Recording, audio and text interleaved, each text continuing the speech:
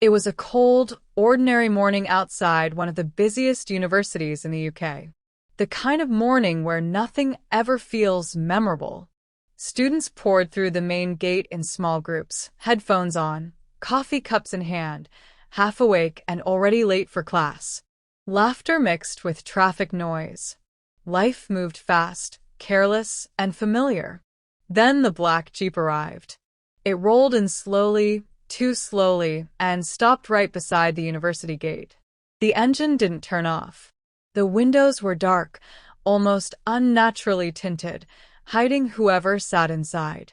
There was no visible number plate, something a few students noticed, but didn't question at first. A moment later, the back door opened. A young woman stepped out. She was a university student, no doubt about it. Backpack over one shoulder. Clean, white sneakers. Simple outfit. Yet something about her made people pause mid-step. She was strikingly beautiful, but not in a loud or dramatic way. Calm. Composed. Almost distant. Her face showed no emotion at all. For a brief second, she stood still, as if listening to something only she could hear. Whispers spread around her. "Who's that? Is she new? Did you see the Jeep?" Phones came out. Eyes followed her every move. She didn't look back at the Jeep, didn't wave, didn't hesitate. She simply walked toward the gate, her footsteps steady, her posture perfect. But the Jeep didn't leave.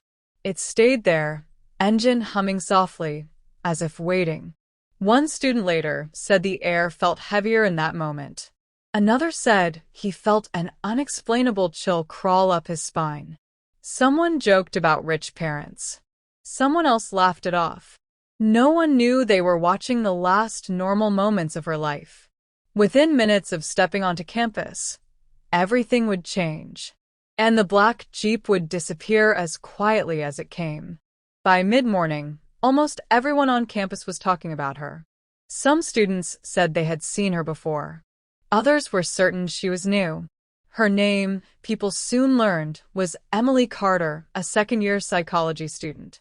She attended classes regularly, kept good grades, and never caused trouble. On paper, she was just another student trying to survive deadlines and lectures. Yet no one could say they truly knew her. Emily wasn't loud.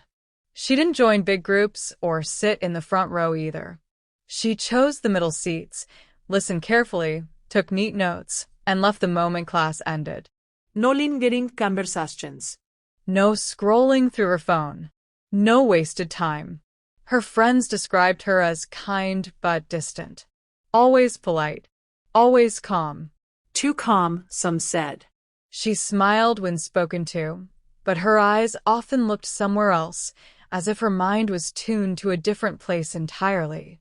There were rumors, of course. Some claimed she came from a wealthy family, explaining the black Jeep. Others whispered that she lived alone, far from campus, and avoided sharing details about her home. One girl from her course said Emily once froze during a lecture when a professor mentioned memory disorders. She went pale, packed her bag, and left without a word. Still, no one pushed her for answers. That morning, after stepping out of the Jeep, Emily walked through the campus, like she always did. Head slightly down. Pace controlled. But a few students noticed something strange. She kept glancing over her shoulder. Not often. Just enough to seem intentional. As if she expected the Jeep to follow her inside. One friend asked if she was okay. Emily nodded, smiled softly, and said, "I'm fine. Just tired." But her hands were shaking. And for the first time since anyone could remember, Emily arrived late to class. No one realized they were watching the cracks begin to form, because whatever followed her from that black Jeep hadn't finished with her yet. While Emily disappeared into the campus buildings, the black Jeep remained parked near the gate. It didn't belong there. Most vehicles stopped briefly, dropped someone off, and moved on. This one stayed. Engine running. Windows sealed shut. Dark glass that reflected nothing but passing students and gray morning sky. A few people slowed their steps as they walked past it. One security guard noticed the missing number plate and made a mental note to check it later. A group of students joked about secret agents or celebrities. Someone tapped the window as a dare. No response. Inside the Jeep, a figure sat completely still. No one could clearly see him, but several students later described the same unsettling detail. A shape in the driver's seat. Upright. Watching. Not moving his head. Not adjusting the mirrors. Just waiting. One student, a law major, said he felt suddenly nauseous when he looked at the vehicle. Another claimed his ears rang softly, like pressure before a storm. They laughed it off, embarrassed by their own reactions. Then something strange happened. The driver's side window lowered slightly, just enough for a thin line of darkness to open between glass and frame. No face appeared. No hand waved. Only a low sound escaped. Not a word. Not a cough. More like a breath, slow and controlled. The window rolled back up. That was when the security guard finally walked toward the Jeep. Before he could reach it, the engine tone changed. The Jeep pulled away smoothly, merging into traffic without urgency. No screeching tires. No sudden speed. It vanished as if it had never been there. The guard stood frozen for a moment, confused. Across campus, at that exact time, Emily stopped walking. Her chest tightened. Her vision blurred. And for the first time, fear crossed her face. Whatever sat inside that Jeep hadn't followed her physically. It didn't need to. It had already done what it came to do. Emily reached the main lecture hall just as the bell rang. She slipped into her usual seat, placed her notebook neatly on the desk, and tried to focus. Around her, students whispered about weekend plans and upcoming exams. To anyone watching casually, she looked normal. But something inside her had shifted. Her pen hovered above the page, unmoving. The words on the board began to blur together. She blinked hard, pressing her lips together, as if fighting an invisible pressure in her head. Then came the whispers. At first, they sounded distant, almost like someone speaking in the hallway outside. Emily glanced toward the door. Nothing. The voices grew clearer, closer, overlapping in a way that made her chest tighten. "Not now," she whispered under her breath. The student beside her turned. "Did you say something?" Emily shook her head quickly and forced a smile. Her hands were trembling now, fingers curling into her sleeves. Her breathing became shallow, uneven. The professor's voice suddenly felt too loud. Every word echoed, bouncing inside her skull.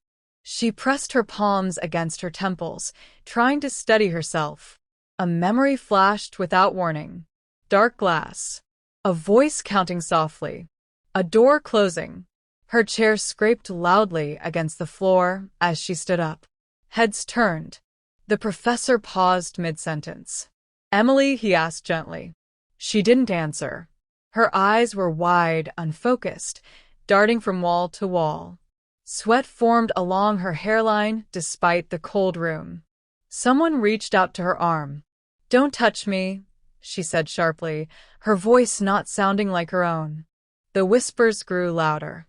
Her vision darkened at the edges, and for a terrifying second, she felt as if she was no longer alone inside her own mind. Across the campus, students would later say this was the moment everything changed.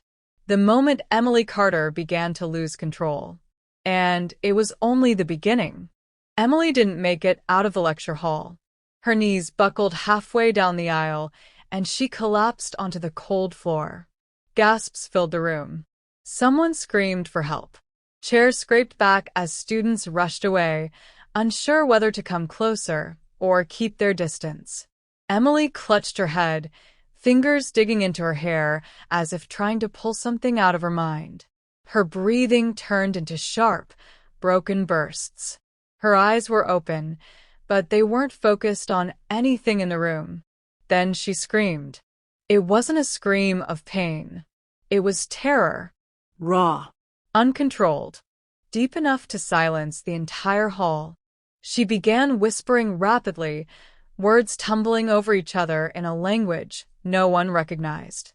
Some students thought it sounded like counting. Others said it felt rehearsed, as if she had said those words many times before. Phones came out despite the chaos. Videos captured her shaking on the floor, her voice rising and falling in strange rhythms. A few students backed away in fear, convinced something unnatural was happening. Security arrived within minutes, followed by campus medical staff. They tried to calm her, but she fought them with surprising strength, crying and laughing at the same time. "He's here," she suddenly said, her voice calm for one chilling second. "He never leaves." That sentence froze everyone. As she was finally restrained and lifted onto a stretcher, one student near the door noticed something strange. Through the glass entrance, the road outside was empty. The black Jeep was gone. No tire marks. No witnesses leaving. No trace. Only silence. And a feeling that whatever had broken Emily had done so exactly as planned. By evening, the story had spread far beyond the university. Videos of Emily's breakdown flooded social media. Comment sections filled with theories. Stress. Drugs. Mental illness. Professors were told not to speak. Students were warned to stop sharing footage. But the police didn't see it as a simple medical emergency. When officers reviewed campus CCTV, they noticed something unsettling. The black Jeep appeared on multiple cameras, but never entered through a recorded gate. It was already there. No arrival. No departure. Just a brief presence, then nothing. Emily's phone offered more questions than answers. No recent calls. No messages. No ride-hailing app. No contact linked to a vehicle. Her calendar showed one reminder set weeks earlier, repeating every day at the same time. Don't listen. At the hospital, doctors struggled to reach her. She drifted in and out of awareness, sometimes calm, sometimes violent. When sedated, her heart rate stabilized. When awake, it spiked the moment someone mentioned the morning. A senior detective requested her old records. That's when they found it. 3 years earlier, Emily had been involved in a sealed investigation. As a minor, she had testified against an unnamed individual connected to a private psychological research group. The case was closed quietly. Files redacted. Names removed. One note stood out. Subject exhibits extreme susceptibility to auditory suggestion under controlled isolation. The detective leaned back, uneasy. Outside the hospital, a nurse later claimed she saw a black Jeep parked across the street just after midnight. By the time security checked, it was gone. Inside, Emily whispered a single sentence in her sleep. "He said he'd come back when I forgot how to fight." The truth was surfacing. And it was far darker than anyone expected. The official conclusion came 2 weeks later. The university released a statement calling the incident a severe psychological episode triggered by academic pressure. Police closed the case. The videos were taken down. Life on campus slowly returned to normal. But Emily never did. She was transferred to a private facility outside the city. No visitors. No updates. Her social accounts went silent. Officially, she was recovering. Unofficially, people who worked there told a different story. Emily was calm now. Too calm. She followed instructions perfectly. Ate when told. Slept on command. Spoke only when asked. Doctors described her as compliant, cooperative, and emotionally flat. One night, a junior nurse broke protocol. She asked Emily if she remembered the Jeep. Emily looked up slowly. "I never forgot," she said. The nurse felt her blood run cold. Emily explained that years ago, she hadn't escaped. She had been trained, conditioned. taught how to lock parts of her mind away. The Jeep wasn't there to take her. It was there to unlock her. The breakdown wasn't a failure. It was activation. Before the nurse could ask more, alarms sounded. Security arrived. She was reassigned the next day. Months later, a black Jeep was spotted outside another university. Different city. Same model, same tinted windows. And somewhere inside, a young woman stepped out, calm and silent, walking toward a gate full of unaware students. History was beginning again, because some minds are never truly free.